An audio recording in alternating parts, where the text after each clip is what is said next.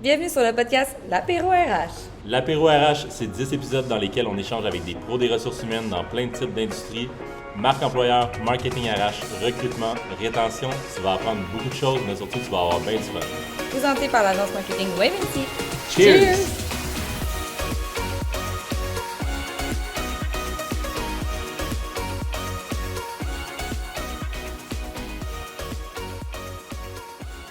Bienvenue dans l'épisode 3 où on parle d'expérience employée et rétention.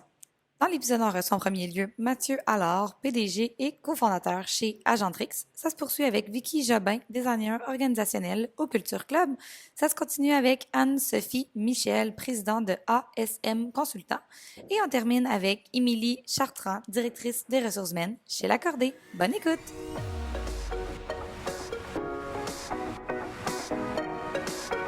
Content que tu sois avec nous pour l'épisode. Ça fait du sens, l'expérience employée et rétention, quand l'entreprise a presque jamais perdu de... Je dis presque parce que là, c'est tout nouveau, votre premier départ volontaire récemment. Mais donc, Exact. Mathieu Allaire, je suis content de t'avoir avec nous. C'est le PDG cofondateur de Agendris comme je le disais, on a rarement eu des départs volontaires dans toute la vie de l'entreprise. Je veux qu'on soit pratique aujourd'hui, Mathieu, parce que justement, tu sais, le fait que tu veux pas, là, je sais pas si tu te considères comme ça, mais t'es une référence dans le domaine de la rétention, clairement. Si les employés restent avec toi, c'est qu'il y a une raison. Fait que je veux qu'on y aille quand même pratique aujourd'hui. Je veux commencer par te demander, c'est quoi les processus qui ont été mis en place qui expliquent votre succès à l'égard de la rétention employée? Ouais, c'est une bonne question. Il y a clairement des processus là, que je vais pouvoir couvrir un petit peu, répondre à ta question, mais ça part d'une volonté de vraiment bâtir une entreprise où ce que nous, en tant qu'actionnaires, en tant que cofondateurs, on se verrait travailler là comme employés. Tu sais, je pense que c'est difficile de bâtir une culture sans cette prémisse-là ou cette façon de penser-là, à mon avis, qui va rayonner. Puis aussi avec mes actionnaires, on est vraiment, tu sais, des gens qui ont ce mindset-là, des gens heu, des gens qui ont du cœur, en quelque sorte. Donc, tu sais, on part avec, un leadership qui est empathique beaucoup. Donc je dirais, faut qu'il y ait une volonté, faut que ça soit naturel chez les cofondateurs, chez les directeurs, l'équipe de direction dans l'entreprise, tu sais, d'avoir ces traits de personnalité-là, je pense qu'ils vont contribuer à créer cette culture-là.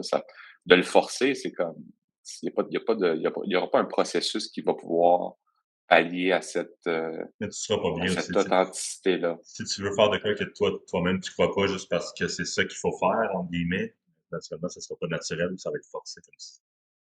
Exactement. Donc ça, c'est vraiment, je pense, la priorité. Ensuite de ça, tu sais, niveau processus, les gens viennent travailler chez Agendrix vraiment pour avoir un impact. Tu sais, ils décident de faire le choix dans une entreprise d'une quarantaine d'employés pour vraiment avoir une variété de tâches, toucher un petit peu à tout. Donc, on est sur des concepts beaucoup de déléguer, de donner beaucoup de responsabilités à nos employés pour La avoir l'impression confiance. que quelqu'un... Exactement, faire confiance aux gens. Puis ça a vraiment été, je pense, la clé là, dans les 2 dernières années avec le télétravail, avec la COVID, tout ça. Donc, la confiance est à default à on là, chez Agendrix. Donc, on marche beaucoup là-dessus, puis avec une rétroaction très rapide. Donc, en technologie, on est peut-être plus familier avec le concept des one-on-one, mais quand on sort un petit peu de la technologie, c'est fou à quel point il y a beaucoup de gestionnaires qui prennent pas un moment sur une base régulière au calendrier de s'asseoir avec son équipe puis de dialoguer, puis vraiment de donner le leadership de cette conversation-là à l'employé. Donc, souvent, le gestionnaire va se sentir obligé à prendre ce lead-là dans la conversation. Mais juste de tout le temps avoir à l'horaire, que ce soit sur une base hebdomadaire pour certains employés, des employés peut-être plus seniors, ça va être aux 2, 3 semaines, mais de te mettre à l'horaire une rencontre récurrente avec tes employés qui sont sur ta gestion, puis vraiment de te donner un moment où ben, si tu n'as rien à dire, ben, au moins prendre des nouvelles sur son week-end, sur qu'est-ce qui se passe dans sa vie, t'intéresser à ton équipe parce que ce qui se passe dans sa vie personnelle va forcément impacter ce qui se passe dans sa vie professionnelle. On peut pas euh, imaginer qu'un impacte pas l'autre.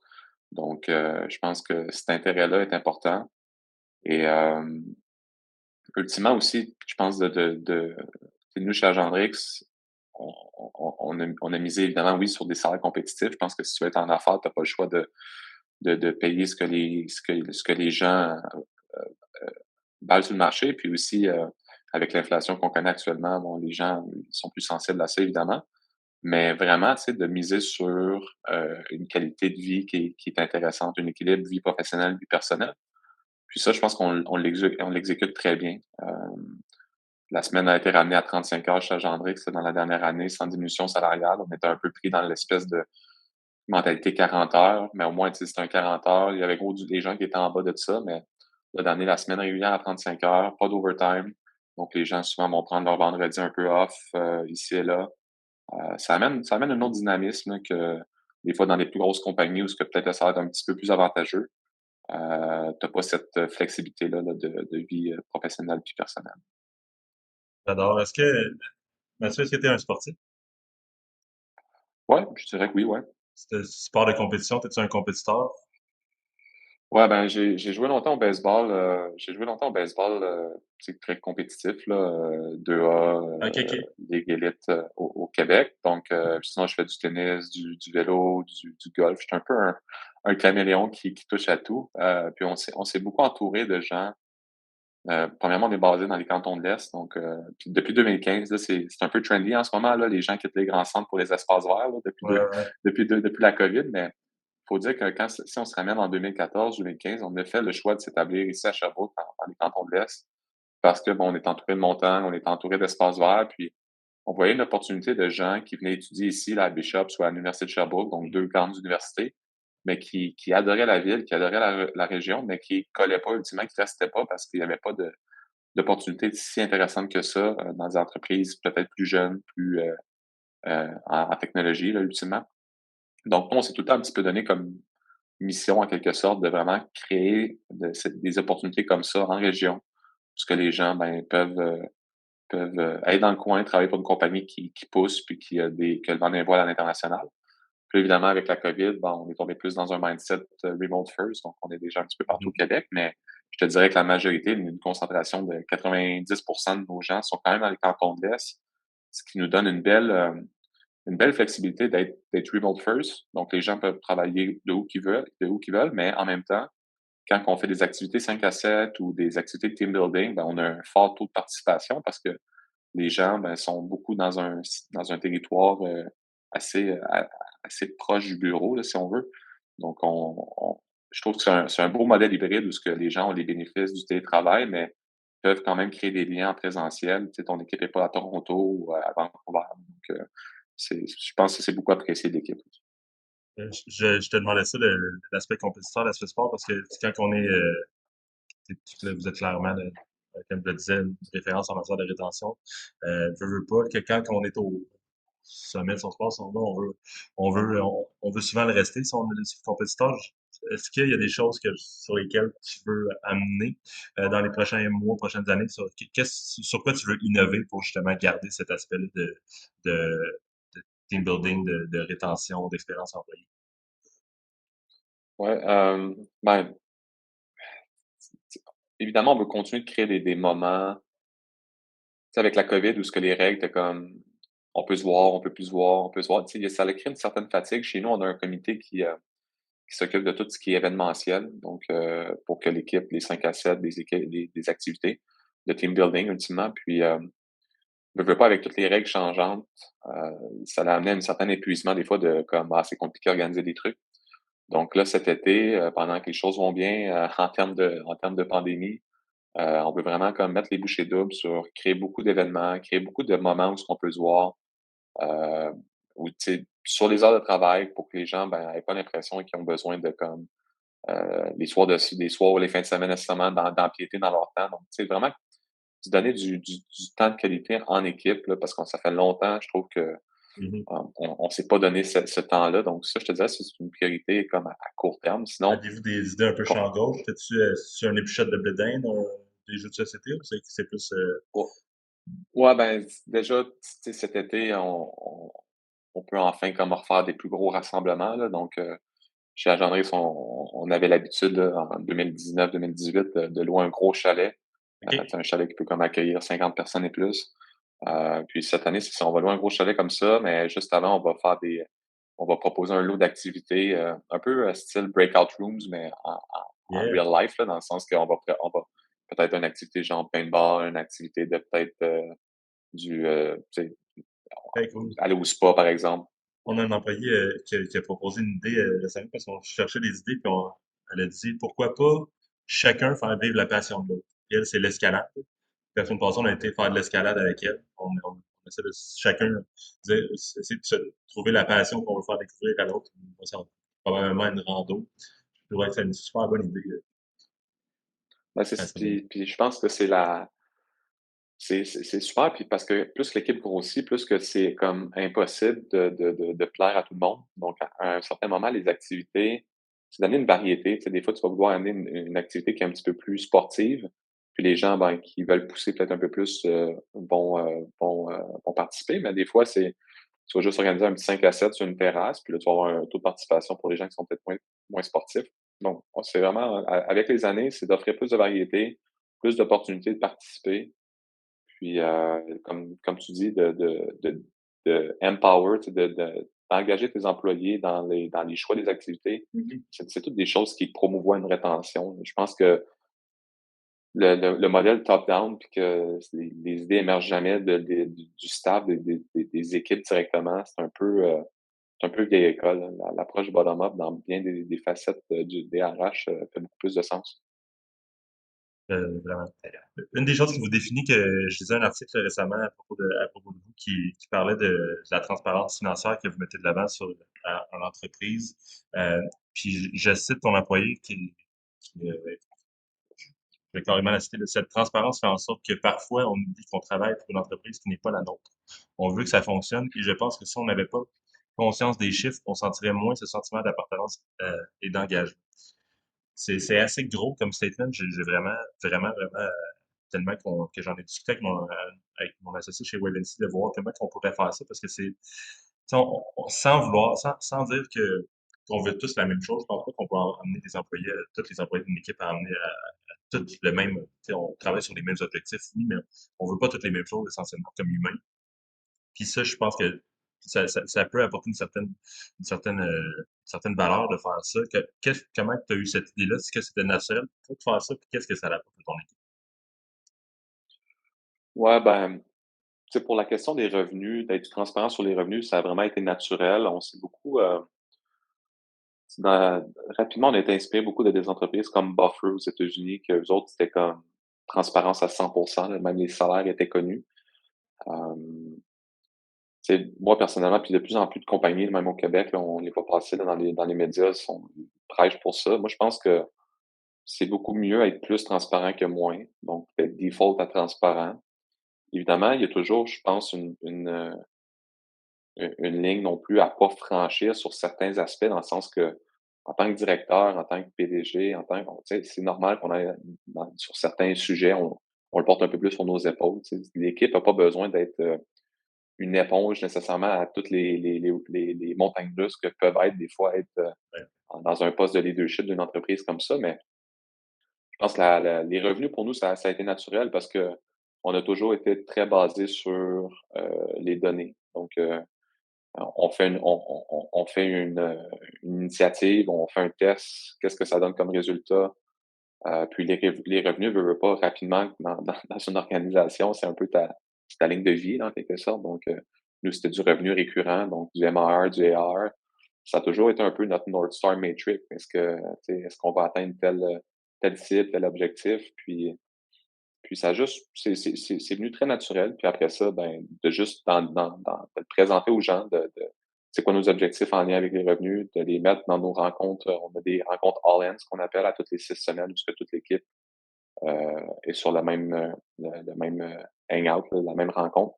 Puis on va souligner les bons coups, les moins bons coups. Est-ce qu'on est on est sur la bonne route en termes de plan stratégique? Donc vraiment mettre, tu sais, chaque directeur va donner aussi ses bons coups, ses moins bons coups. Donc tout le monde est aware de qu'est-ce qui se passe dans l'entreprise, qu'est-ce qui marche bien, qu'est-ce qui marche moins bien. Puis pendant la pandémie, la même chose. Donc, tu sais, les gens voyaient que tout fermait. Nous, on a eu la chance de ne pas avoir congédié personne. même temporairement, tu sais, on a gardé tout notre staff.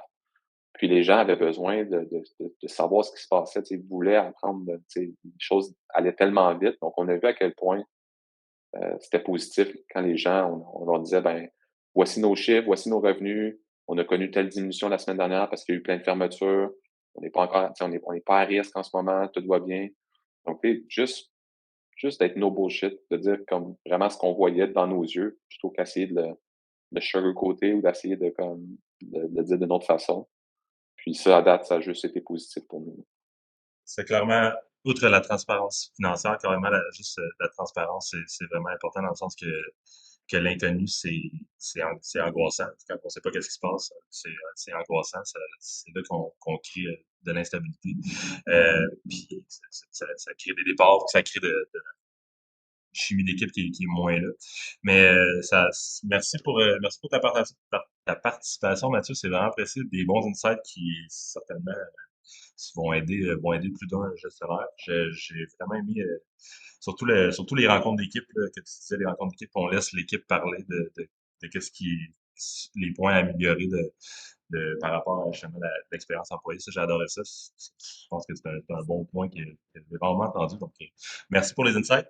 Merci encore une fois, merci pour ta participation. On te suit, Mathieu. Qu'est-ce qui se passe chez Agendrix dans les prochaines semaines, mois? Qu'est-ce qui se passe chez Agendrix? On développe beaucoup de modules. Cette année, on a une grosse année de produits, donc on développe beaucoup de nouveautés. Quand on croît rapidement, on a beaucoup des fois des années où ce que c'est plus de stabiliser nos fondations, nos choix technologiques, nos performances. Puis ça, on en a fait beaucoup là, dans la dernière année, parce qu'on commençait à avoir, on avait scalé beaucoup dans les dernières années, on était rendu là, mais cette année, beaucoup de nouveaux produits.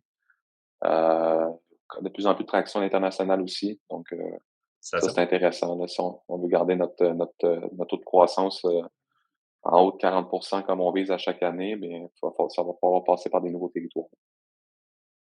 Bref, encore une fois, merci. Félicitations pour la belle entreprise que tu as créée, puis la belle culture.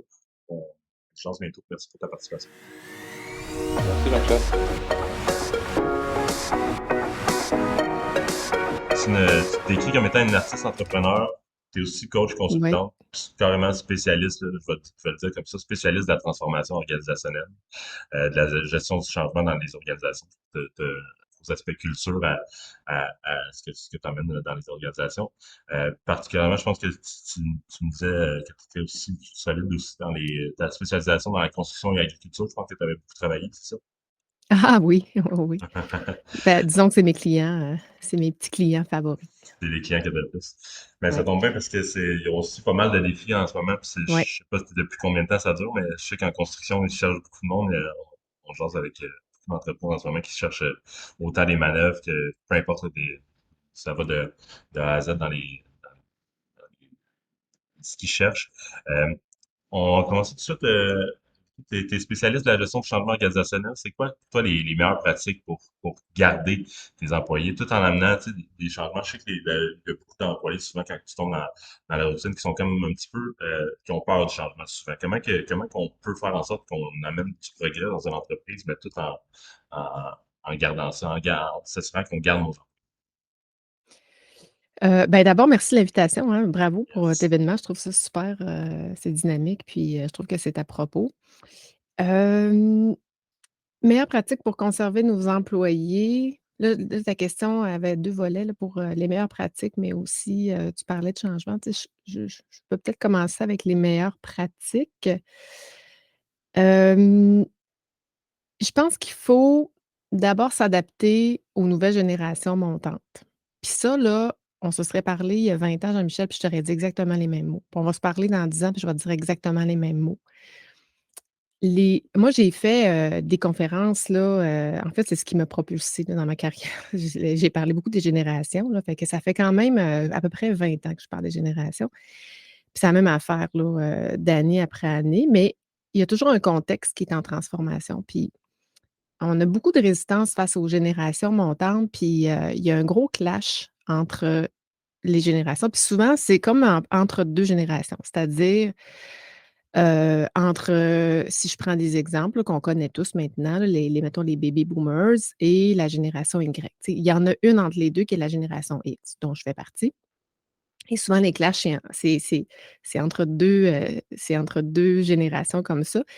Puis il y a tellement de changements dans le monde, organisationnel, mais le monde en général, qu'on évolue comme société. On évolue au niveau, économique, on évolue au niveau, pratique de gestion, au niveau, technologique, tout ça. Hem, mais l'enseignement des jeunes évolue aussi. Puis quand tu recules moi, quand j'ai fait mes premières conférences, je suis allée chercher de la littérature, puis je suis allée à la bibliothèque, puis j'ai cherché des livres, puis le plus vieux livre que j'ai trouvé a été écrit en 1940. Puis là, on parlait de l'agriculture, là, mais c'était issu des problèmes, de l'agriculture qui disait que, et puis on dirait que c'était écrit, au goût du jour, là. L'introduction, c'est comme si on l'avait écrit aujourd'hui, mais ça disait que les vieux avaient de la misère à intégrer les plus jeunes parce qu'ils disaient: «Ben là, toi, mon garçon, le jour où tu auras de l'expérience, ben, tu pourras me dire quoi faire». Mais ce qui faisait la différence, c'est que l'éducation amenait des nouvelles connaissances technologiques, mais des nouvelles façons aussi de penser, des nouveaux paradigmes, qui faisaient en sorte qu'on évolue, tu sais, puis il faut s'adapter à ça. Fait que je pense qu'une des meilleures affaires à faire, c'est de se préparer. Puis de mener nos pratiques, d'organiser nos pratiques en fonction qu'on soit capable d'intégrer les nouvelles générations avec pour qui elles sont. Puis moi, je pense que, il faut pas s'adapter aujourd'hui, mais il faut penser à la génération de demain. Celle qui pousse là, dans 10 ans, qui va arriver dans nos organisations, c'est à elle qu'il faut penser. Fait qu'il faut avoir de la vision sur les changements de la main-d'œuvre de demain. Fait que quand tu penses à ça, c'est que ça te permet de prendre un recul.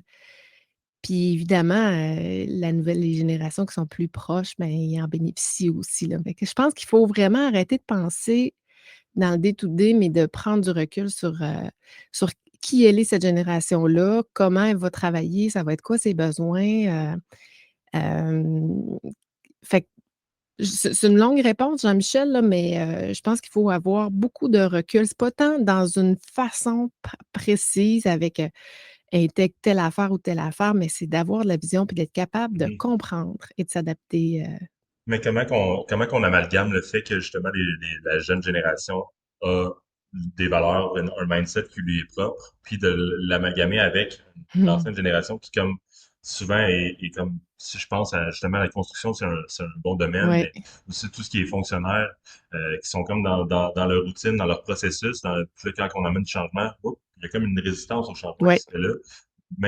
Même si on essaie de penser à cette nouvelle génération-là, comment qu'on amalgame tout ça, comment que, côté pratique, comment qu'on arrive à faire en Ouais. sorte que tout le monde soit content et qu'on arrive à garder notre employés. C'est pour ça Ben, que c'est une très bonne question. Tout le monde ne sera jamais content, là. C'est ça le problème, c'est qu'il y a de la résistance, mais la transformation, ça passe pas par l'organisation, ça passe par l'individu. Puis, ça se résume à 3 lettres, c'est l'ego, la gestion de l'ego. Puis je pense que c'est là où il faut accompagner nos gestionnaires dans, leur propre transformation. C'est-à-dire d'aller dans des zones de vulnérabilité, des zones de bienveillance, leur faire prendre conscience que, ils sont en résistance pour protéger leur propre ego. Puis tu sais, l'ego, on en a tous, hein, c'est la protection de soi, l'ego, mais je pense qu'il faut aller vers là, aller plus vers du leadership bienveillant, du leadership, holistique, des Mhm. nouveaux, thèmes qui sont utilisés là pour, dans le monde du leadership, mais ça va passer inévitablement par la transformation individuelle, je crois. Je crois, mais c'est pas facile. C'est pas facile. Si on parle de style de leadership, justement, clairement, il y a des styles de leadership qui font en sorte qu'on arrive à mieux donner une expérience employée, qu'on arrive à mieux retenir nos employés dans l'entreprise. C'est quoi les styles de leadership? Ça veut dire quoi un leadership holistique? Est-ce qu'il y a d'autres styles de leadership qui font en sorte que ça amène une harmonie dans une équipe? Mmh, écoute, il y en a tellement des styles de leadership, puis tu sais, je connais même pas tous, puis on pourrait en inventer, mais tu sais, un leadership holistique, c'est un leadership dont la personne a une conscience de soi. C'est-à-dire, la place de mon ego dans ma gestion, hem, puis l'évolution de mon mindset, l'évolution, tu sais, de me rapprocher des gens, d'être en relation avec les gens, d'être présent à mes émotions, d'être présent les émo aux émotions de la personne qui est en avant de moi. Ça veut pas dire de ne pas en avoir, hein, puis, tu sais, moi, je suis une grande émotive, là, puis j'arrêterai pas demain matin d'être émotive, là, puis l'émotion est là. Je veux dire, je peux rien y faire, mais c'est d'en être conscient qu'en ce moment, l'émotion que je vis, soit qui me ramène dans une blessure de rejet, soit qui me ramène dans une blessure d'humiliation, parce qu'il y en a plusieurs sortes, des blessures qu'on a tous vécues.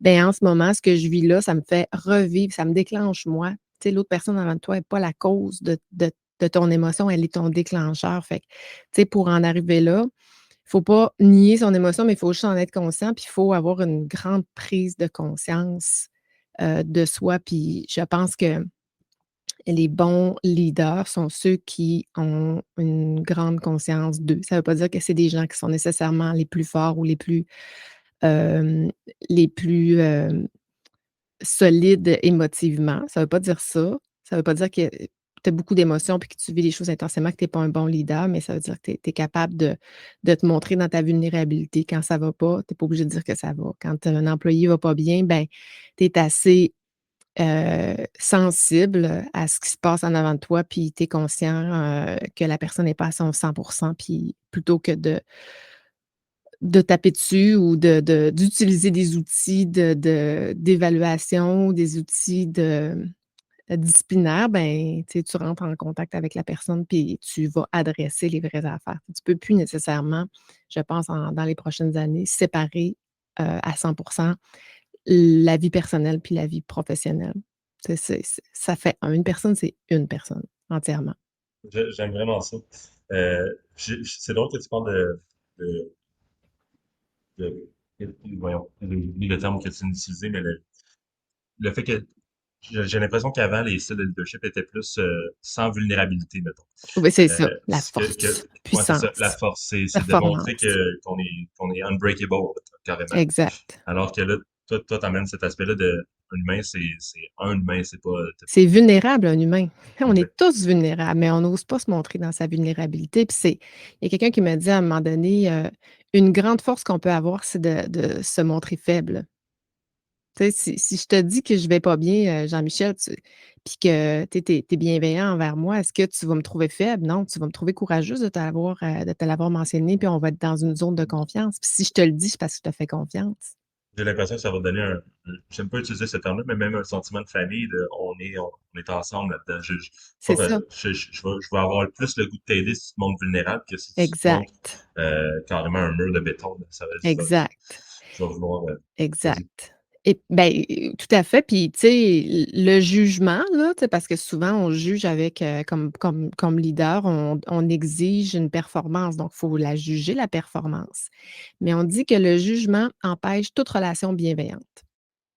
Si tu me juges, je pourrais pas te faire confiance. Je pourrais pas être entière avec toi. Je pourrais pas te donner, toute l'énergie que j'ai pour déployer à l'effort que j'ai à déployer pour une prestation de travail, par exemple, si tu es mon gestionnaire, parce que tu me juges. Moi, je vais plutôt t'éviter, puis là, je vais avoir peur du jugement, puis là, je vais être maladroite, puis, tu comprends? C'est J'ai écouté un podcast avec Adib Al-Khalidi, là, l'humoriste, qui disait que le jugement, c'est comme des chips.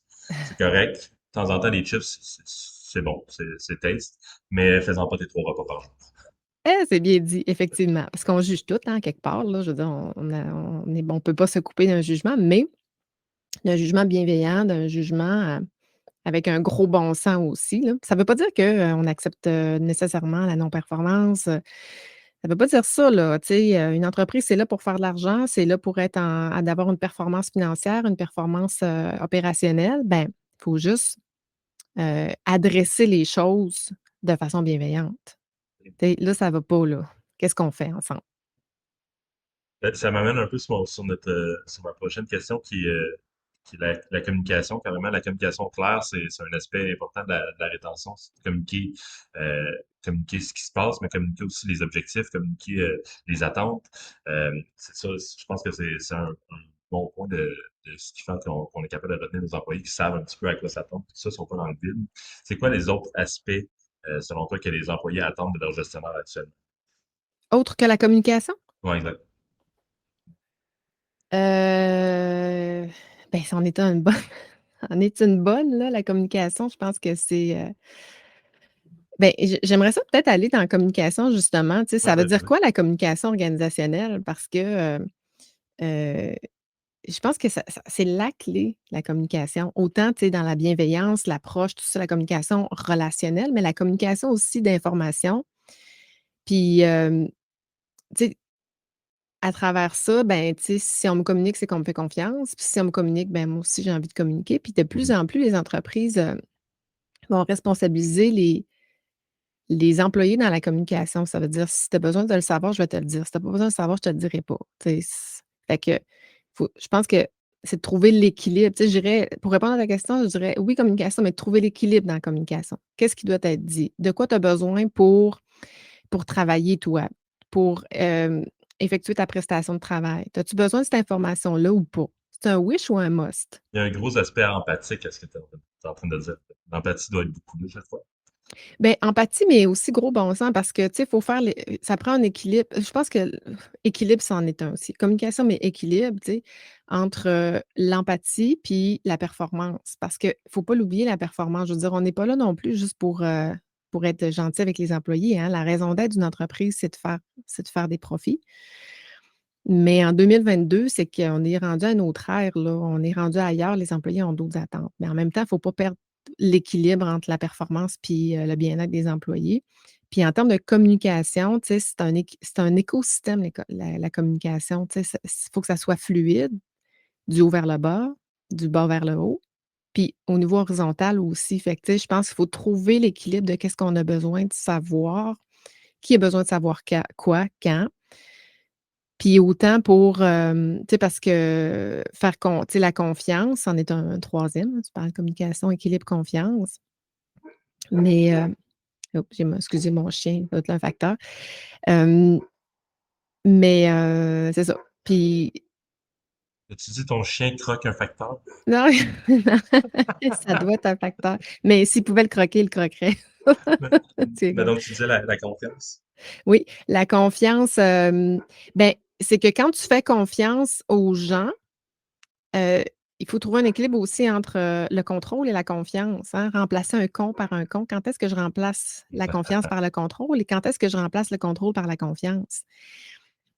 Fait qu'il faut trouver son équilibre aussi là-dedans. Tu sais, moi, je suis pas de celle qui dit: «Fais confiance aveuglément», mais ça va prendre des spot checks. Donc ça passe à travers la communication organisationnelle. Qu'est-ce que tu as besoin de savoir quand? C'est comme ça que tu vas contrôler.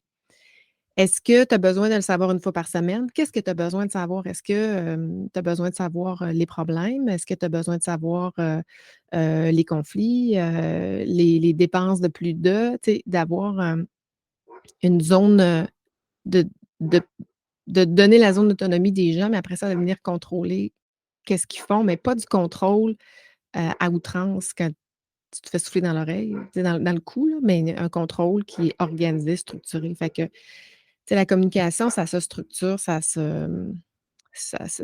vraiment un gros écosystème là, qui inclut, tout là, humaine et organisationnel.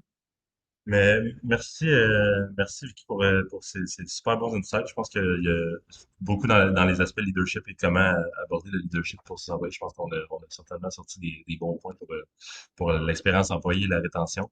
Merci à ton chien d'avoir participé aussi. C'est le fun. On était trois. Ouais, mon chien, elle participe, pas mal. Elle est très présente aussi. J'adore.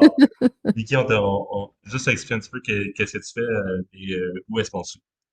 Hem, moi, je fais 2 choses là. Je fais de la consultation je fais de l'accompagnement en transformation organisationnelle, transfert, relève, diagnostic organisationnel, diagnostic de structure organisationnelle aussi. Donc ça, c'est ma majeure, je te dirais, comme consultante, là. Puis principalement, dans l'industrie de la construction et ben, plus récemment, là, depuis quelques années dans le monde de l'agriculture, mais je vais toucher pas mal à tout, là. Fait que ça, c'est ma majeure. Puis, Ma mineure, je veux vraiment diversifier, de passer plus d'ajouter des produits dans mon entreprise et non juste du service. Donc, formation, là, je suis en train de mettre sur pied l'académie de la transformation dans laquelle je veux vraiment former, les agents de changement, les gestionnaires de changement à justement faire des transformations organisationnelles. Fait que ça, c'est ça que je suis en train de mettre en place aussi. Puis j'ai un podcast aussi là, qui s'appelle, Atypique intuitive. Donc, voilà, ça résume, pas mal qu'est-ce que je fais. On va me trouver le cultureclub.ca.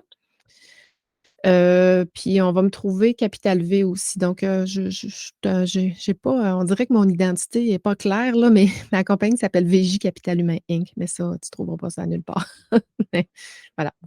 Excellent. Merci pour ta participation. On se voit bientôt. Merci Jean-Michel. Moi, j'ai 3 expertises: l'organisation du travail ou la gestion de projet qu'on appelle, l'efficience, donc vraiment faire plus avec moins, mais surtout la gestion humaine du changement. Fait qu'un peu l'humain dans tout ça, là. Fait que comment tu peux changer tes habitudes, être mieux organisé, être plus efficient, mais toujours prendre en considération l'humain dans tout ce que tu fais. Puis comment ton service s'applique dans mettons, les entreprises avec lesquelles tu travailles plus concrètement, mettons, quand tu rentres dans l'entreprise, comment ça se passe? Ça dépend, là. Exemple, j'ai, mettons, une entreprise, eux autres sont bons en gestion de projet. Une usine, il faut qu'ils changent la machine. Ils ont tout bien seté leur gestion de projet, sauf qu'ils se rendent bien compte que ça va avoir un impact sur les gens parce qu'il y a comme 20 personnes qui perdent leur poste parce que la machine est comme un robot qui remplace les 20 personnes. Mais ils ne savent pas comment faire pour gérer le volet humain. Ils sont bons pour gestion de projet, mais là, ils m'appellent. Puis moi, je m'insère dans leur processus puis je les aide finalement à bien gérer le volet humain. En fait, c'est un peu plus, si je comprends bien, c'est s'assurer en fait qu'il n'y ait pas trop de gens qui se sentent déstabilisés par rapport au changement aussi, un petit peu par rapport à c'est exactement ça. OK. Oui, parce que les gens sont toujours bien dans leur pantoufle confortable. Peu importe le changement, même si c'est un petit changement, là, les gens vont être bouleversés, ils vont avoir des préoccupations, puis ça, ça peut créer des départs en maladie, des démissions, etc. Et nous, ce qu'on veut, évidemment, c'est garder les gens, là. Donc, ça fait toute la différence. Il y a beaucoup de psychologie quand même dans ce que tu fais. Moi, je suis une ancienne psychoéducatrice. OK. Bon, j'ai commencé ma carrière comme psychoéducatrice dans le réseau de la santé, fait que c'est clair que ça a un rapport. Ça fait énormément de sens. Excellent. Ouais. Donc, écoute, pour toi, mettons, là, on va rentrer dans le sujet. C'est quoi justement la clé pour avoir une bonne rétention d'employés? En fait, la première clé, c'est de comprendre que la rétention coûte moins cher à faire que l'attraction. Il y a encore tellement trop d'entreprises qui mettent beaucoup d'argent, beaucoup de temps, beaucoup de ressources sur l'attraction, mais ils oublient complètement qu'il y a de la rétention à faire. Et c'est tellement la toute première étape de se dire, OK, c'est quoi mes actions de rétention que je fais versus mes actions d'attraction? Puis, minimalement, il faut que ça soit égal. Moi, je dis qu'il faut faire plus de rétention parce que ça coûte moins cher, mais il y a des gens qui oublient complètement. C'est la toute première chose à faire. Je pense qu'il y a beaucoup c'est comme ça un peu dans plusieurs aspects, là, même pas juste le recrutement de prix pour acquis, là, mais surtout dans le recrutement d'ailleurs, puis même c'est la même chose dans n'importe quelle entreprise, en fait, de fidéliser un client versus aller en chercher un autre, ça coûte beaucoup plus cher d'aller en chercher un autre. Fait que c'est vraiment la même chose. Puis nos meilleurs clients, c'est nos employés. Donc, c'est toute une belle roue qui tourne dans ce temps-là. Puis justement, il y a beaucoup de changements récemment. La façon de garder ces gens maintenant versus avant a énormément évolué dans les 2 dernières années. On a comme fait 10 ans d'évolution en 2 ans, je pense. Je sais pas si tu as eu ce feeling-là. Ouais. Il y a un gros changement, je pense, au niveau des milléniaux surtout. Je sais pas qu'est-ce que tu aurais à dire par rapport à ça? En fait, peu importe c'est qui, peu importe l'âge, la génération, ce qu'il faut faire, c'est les écouter. Parce qu'une erreur que je vois souvent, c'est que les boss ou les organisations anticipent les besoins de leurs employés. Ils se disent, mettons, là, ils ont une réunion de boss. Là.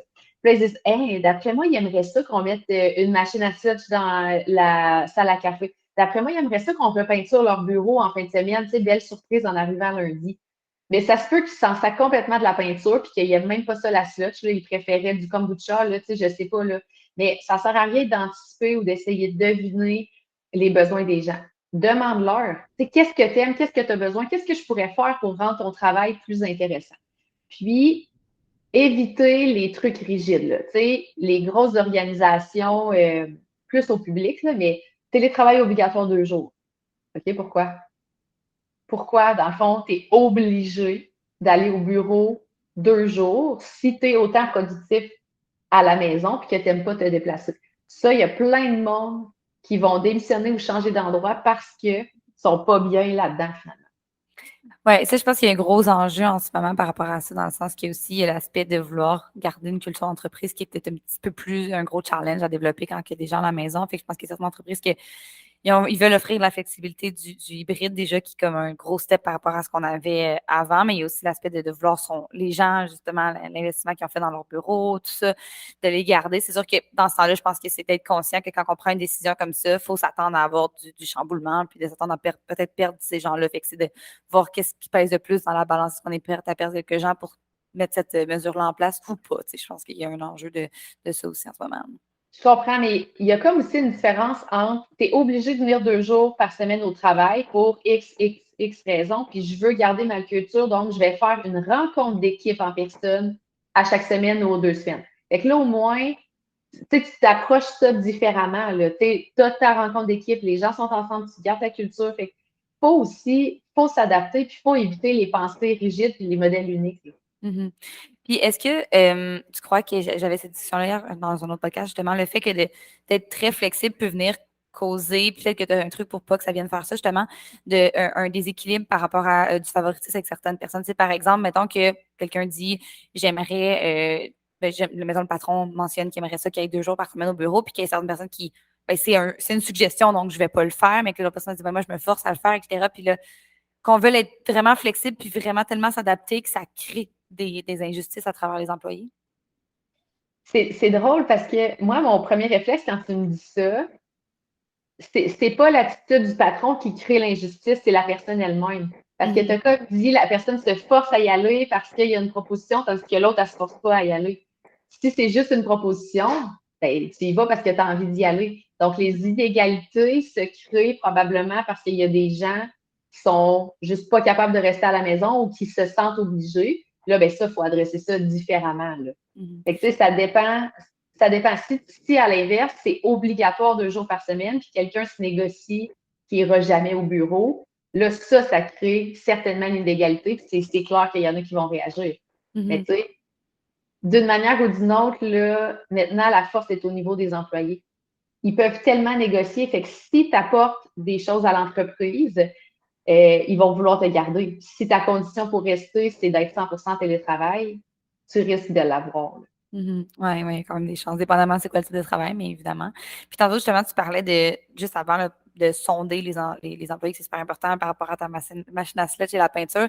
Est-ce que tu as un truc pour ça qui, oui, idéalement, c'est de le faire one-on-one, puis tout ça, mais pour des entreprises peut-être un peu plus grosses, est-ce que tu as des propositions de sondage ou des applications que tu utilises pour justement venir demander est-ce que vous aurez une préférence envers telle activité ou tel ajout qu'on voudrait faire au bureau, machine à café, machine à sludge?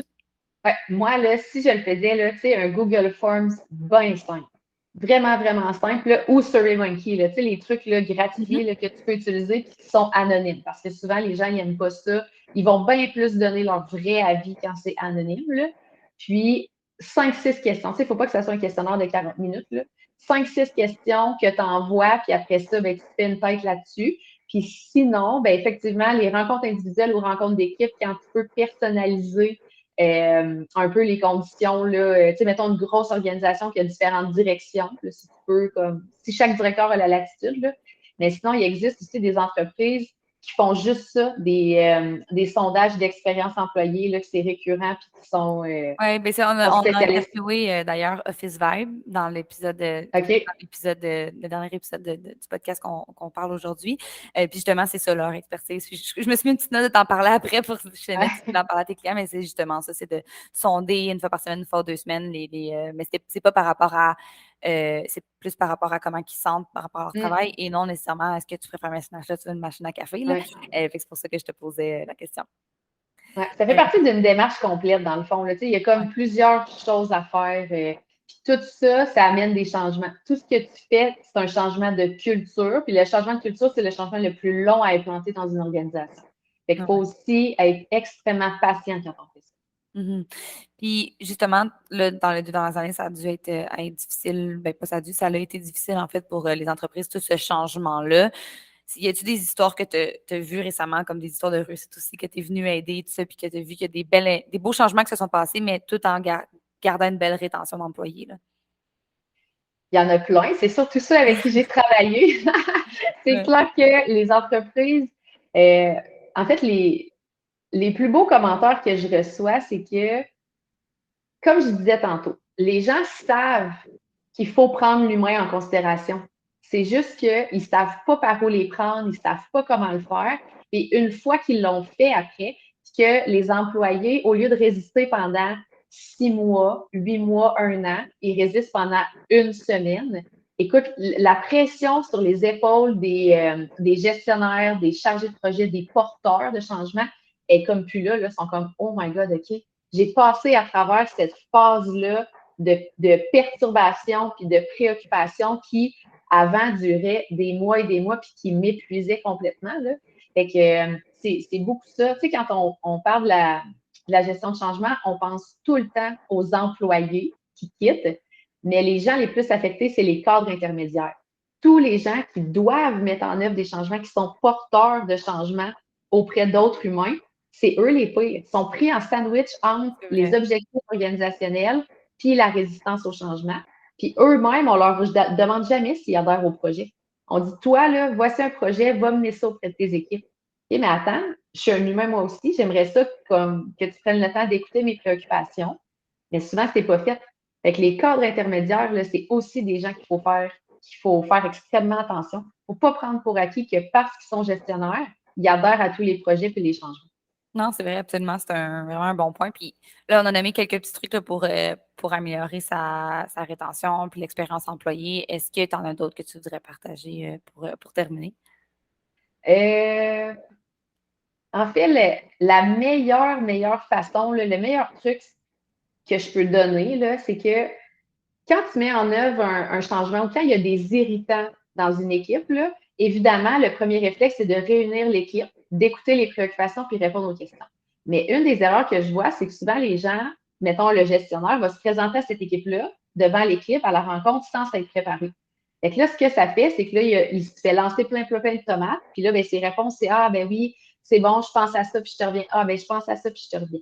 Versus, là, tu prends 1 heure ou 2 avant, tu fais un tableau à 2 colonnes. Première colonne, préoccupation. Deuxième colonne, réponse. Tu écris toutes les préoccupations que tu penses qu'ils vont te nommer. Puis là, tu brainstorm, puis tu pitches, puis tu pitches. Puis là, après ça, tu les prends une par une, tu dis, OK, je vais leur dire ça, je vais leur offrir de la formation, je vais leur offrir telle affaire, telle affaire, telle affaire. Et quand tu arrives à cette rencontre-là, au lieu de te faire pitcher des tomates en pleine face, tu l'attrapes en plein vol, puis tu dis, effectivement, j'ai pensé à ça, j'ai réfléchi, voici ce que je te propose. Voici vers où on veut aller. Voici ce que je te donne pour répondre à ta préoccupation. Ça Ça fait sécurise toute la différence. Ouais, C'est ça ça. montre que la personne est en contrôle puis qu'elle était déjà au courant de ce problème-là, parce que je pense qu'une des grandes frustrations quand tu es employé, c'est que t'es comme, je vais emmener le problème, mais je comprends pas que tu t'en aies pas déjà rendu compte que c'est un problème un peu. Fait que là, au moins, ça C'est ça. démontre que comme je me suis rendu compte par moi-même en tant que gestionnaire qu'il y avait une problématique, puis voici à quoi j'ai pensé pour la régler. Fait que oui, tu me le dis, tant mieux, tu me le partages, mais au moins, ça l'emmène une belle ambiance. Puis je pense que ça crée un lien de confiance aussi, comme la prochaine fois, on le sait que s'il y a une problématique, peut-être que mon gestionnaire va s'en avoir rendu compte avant qu'il soit trop Mm. tard, entre autres, là. C'est ça. Les gens, là, ils vont faire beaucoup d'anxiété en lien avec n'importe quel petit changement dans leur environnement, leur travail, etc. Puis cette anxiété-là va juste grossir et mener à des maladies ou des démissions.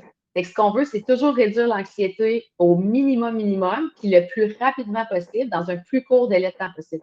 On ne veut pas que les gens là, soient anxieux pendant 3, 4, 5 semaines ou 6 à 8 mois. Là. Ouais, Fait puis des que fois, c'est qu'une rapidement, petite discussion de 15 minutes qui peut venir régler un gros cas d'anxiété, là. Je l'ai déjà vécu avec un employé d'ailleurs. Fait que des fois, c'est juste une situation qui s'est passée qui n'a pas été adressée à temps. Puis là, ça l'a traîné, mais on le sait pas. Puis là, quand on l'adresse, ben, cette personne-là gardait ça depuis tellement longtemps que finalement, c'est si ça ça. avait été dressé depuis la journée même, ça aurait été 6 mois pas 6 mois, mais 6 semaines de vraiment plus agréable pour cette personne-là, mettons, là. Tu Des sais, en fois, résumé, il faut écouter les gens, Mhm. mais il faut être prêt quand on écoute les gens. Tu sais, il faut être prêt à répondre à leurs préoccupations. C'est vraiment important. Je pense qu'il faut qu'il y ait aussi un travail là-dedans de démontrer qu'on est là. Puis là, une fois qu'on le démontre en tant que gestionnaire, c'est que justement, on l'applique parce que même si on le dit, je suis là si vous avez un problème, si à chaque fois que la personne vient vous parler de quelque chose, ben, que la disponibilité n'est pas là, c'est pas toujours évident. Mais je pense qu'il y a aussi un travail, entre guillemets, à faire au niveau de l'employé, de dire si j'ai un problème, de ne pas le garder, puis pas d'accumuler. Puis c'est comme une relation de couple, dans le fond, c'est d'aller en C'est parler quand clair. il y a quelque chose. Je pense qu'il y a un gros travail aussi de se permettre cette ouverture-là en tant qu'employé, puis pas avoir peur pour notre poste ou peu importe. Je pense qu'avant, c'était beaucoup présent, là, d'avoir plus de crainte plus de perdre notre poste. Maintenant, je pense que c'est beaucoup moins. On est plus à l'aise à négocier un salaire, on est plus à l'aise à négocier des avantages, là. Fait que ça, c'est une très bonne chose. Clairement. Mais il y a beaucoup plus de latitude, mettons, au niveau employé qu'avant.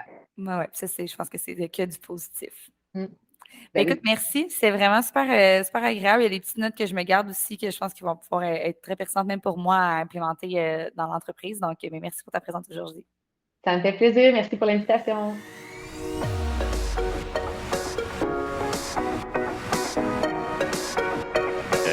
Émilie, t'es de l'accordé, ça fait une couple d'années, je pense que ça fait quand même assez longtemps, je voyais sur ton profil LinkedIn que tu travailles à l'accordé, mais là, t'es nouvellement directrice ressources humaines depuis un petit peu plus d'un an, je me trompe pas? Oui, bien là, c'est exactement quelques mois que je suis à la tête là, au niveau de la direction pour les ressources humaines. Auparavant, j'étais gestionnaire, donc sensiblement quand même là, les mêmes responsabilités. Puis oui, effectivement, à l'accorder depuis 15 ans. Donc voilà, le temps passe vite. Est-ce que tu es parti carrément en magasin? Oui, Ok. exactement.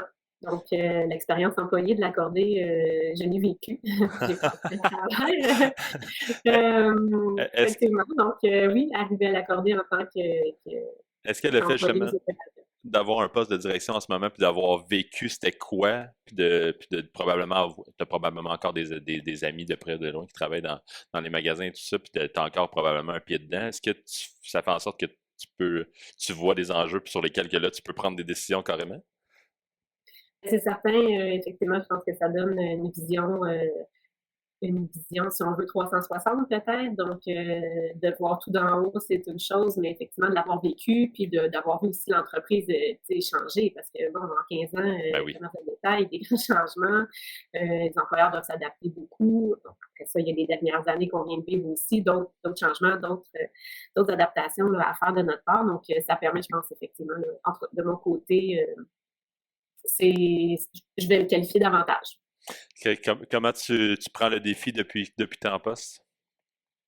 Écoute, moi, je baigne, je baigne comme un poisson dans l'eau au niveau des ressources humaines. Et puis, moi-même, avec, je te dirais, là,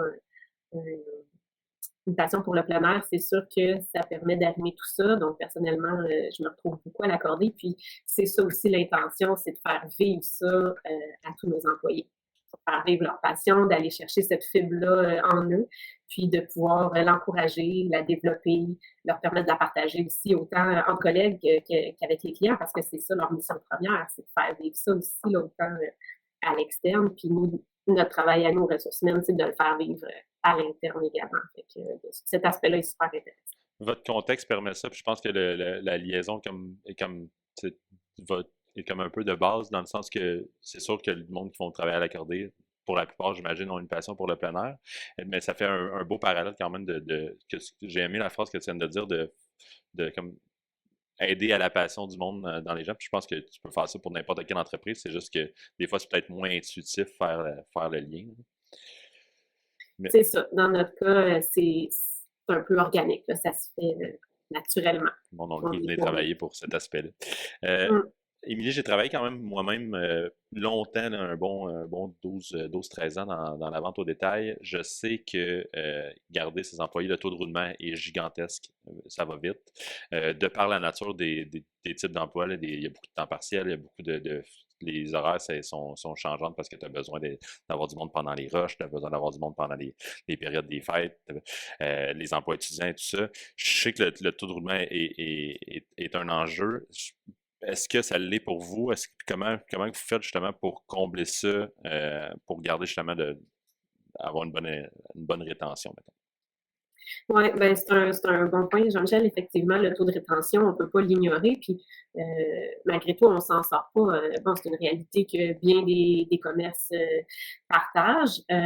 Après ça, effectivement, qu'il y a un rôle à jouer de notre côté pour, c'est ça, améliorer ce taux de rétention-là, c'est ça. Puis, comme je l'ai mentionné tantôt, là, c'est vraiment pour nous, en tout cas, de faire vivre quelque chose à nos employés. Le terme de l'épisode, c'est l'expérience employée, mais c'est les bons termes, tu sais. Donc, créer un sentiment d'appartenance fort, ça c'est la base parce que, bon, dans notre cas, on a souvent un intérêt à venir travailler pour l'accorder parce que, justement, c'est une passion à la base ou du moins un intérêt marqué pour les activités de plein air et tout ça, un mode de vie à la limite. Et puis, de notre côté, on parle de communauté. Donc, les gens sont très attachés à la communauté du plein air. Donc, tu sais, autant, oui, la clientèle, tout ça, ce qu'on vit avec la clientèle, ce que les employés vivent comme lien avec eux, privilégiés, mais c'est notre mission première, c'est de faire vivre, de permettre ça, de vivre nos intérêts, la passion, oui, mais aussi le côté de découvrir le plein air. Bon, on est chanceux avec le terrain de jeu qu'on a au Québec et tout ça. Puis, bon, les dernières années, ça a été des occasions en or de découvrir ça, de commencer, de s'initier, s'intéresser, tout ça. Donc, à ce niveau-là, c'est certain que pour les employés, c'est des occasions en or de vivre quelque chose de franchement intéressant personnellement, de se sentir interpellé par, c'est ça, leur rôle, leur mission, parce qu'on vient chercher vraiment leur expertise. Oui, il y a de la formation et tout ça, mais non seulement ça, c'est que fondamentalement, ça fait partie d'eux. C'est un mode de vie pour bien les employés.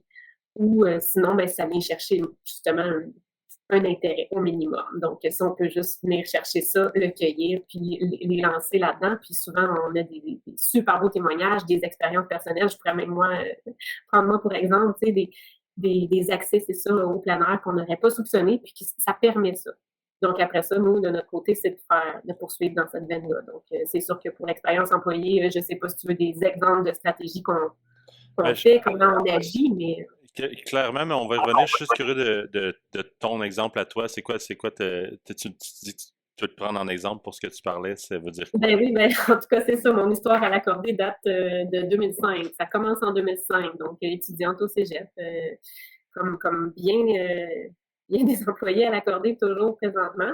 Et puis, voilà, la découverte, l'initiation au ski de fond, que j'avais jamais pratiqué, à l'escalade de roches, de glace, tout ça grâce à des activités mises en place, à l'accès à du matériel aussi, même si moi-même, j'étais pas équipée, de la formation technique aussi, du moins, des guides et des employés qui s'y connaissent pour nous faire découvrir tout ça. Et puis, aujourd'hui, ben moi, je pratique toujours toutes ces activités-là. Puis, mes deux jeunes enfants pratiquent ça aussi, pratiquent ces activités-là depuis qu'ils sont tout jeunes. Donc, par rapport à ça, moi, je le dis, c'est littéralement ça, c'est grâce à l'accordé que j'ai pu m'initier moi-même et ensuite de ça, initier là, mes enfants qui pratiquent toujours. Donc, ça vient vraiment là.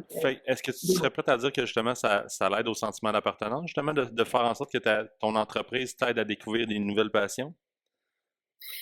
Je pense que oui, parce que c'est un partage de, c'est pas des connaissances, là, c'est un partage de vécu, d'expérience. Puis des expériences pour des employés, ben, c'est vivre, c'est quelque chose. C'est vivre quelque chose, c'est se sentir vivant, c'est sentir qu'on peut participer à quelque chose. Et puis tout ça, ben, ça lie autant les collègues entre eux que justement le lien avec l'employeur. Parce que la communauté. C'est genre faire l'idée de communauté.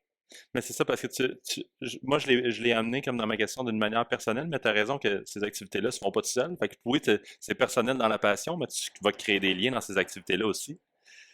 Exactement. C'est comme un peu les gens qui aiment voyager. Parler avec d'autres voyageurs, c'est toujours intéressant de partager nos expériences, notre vécu et tout ça, de découvrir un intérêt commun, comme dans bien des domaines. Donc, ça devient intéressant.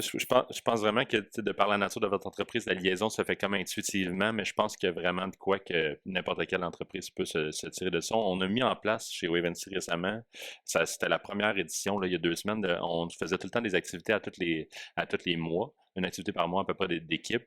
Puis là, on allait au Randolph, là, jouer à une petite rando et tout ça. Puis là, une des employés a dit moi, j'aimerais ça vous faire de l'escalade. Puis dans le fond, ce qu'on pourrait faire pour les prochains, c'est que chacun des membres de l'équipe, un à la fois, fait en sorte de choisir son activité passion, puis la fait vivre aux autres. Puis je suis OK, ça c'est une idée de génie. C'est sûr que ça va aider pour j'avais pas pensé à ça, c'est que moi, c'est comme, OK, on va faire ça va être une équipe, ça va être une activité de fun, mais c'est vrai que faire vivre la passion, c'est comme, là, on comprend mieux cette personne-là. Ça fait un sentiment, je pense, d'effet de communauté, puis je pense que l'humain a vraiment un grand besoin de sentiment d'appartenance, ça fait que ça fait vraiment du sens comment tu l'as apporté. Oui, tout à fait. Revenons aux exemples de ce que vous avez mis en place. C'est quoi concrètement, tu dis justement de faire améliorer cette expérience employée-là, ça veut dire quoi concrètement ce qui a été mis en place, mettons, dans les 2, 3 dernières années pour améliorer ça? Oui.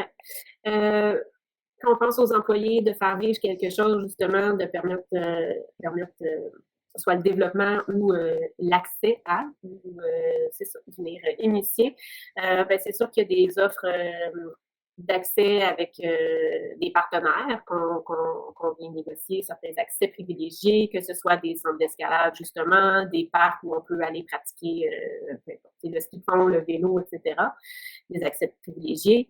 Ensuite de ça, on organise des activités aussi par nous-mêmes. Parfois, ça peut être des activités qui sont autant disponibles pour la clientèle que pour les employés. Parfois, ça va être avec des partenaires. Parfois, ça va être vraiment des initiatives là, maison, l'accordé. Dans 2 semaines, il y a une activité avec Québec Méga Trail, qui est dans la région de Québec. Donc, c'est de la course en sentier, tout ça. Donc, il y a des employés qui vont le faire. Il y a une présence, oui. Donc, il y a plein de beaux échanges comme ça qui sont possibles de faire. Puis sinon, c'est certain que dans nos conditions de travail, on pense toujours aussi, on a toujours ça en tête, de pouvoir permettre le plus possible l'accès au plein air, à la pratique d'activités de plein air, que ce soit sur une base individuelle ou en petits groupes d'employés. Donc, les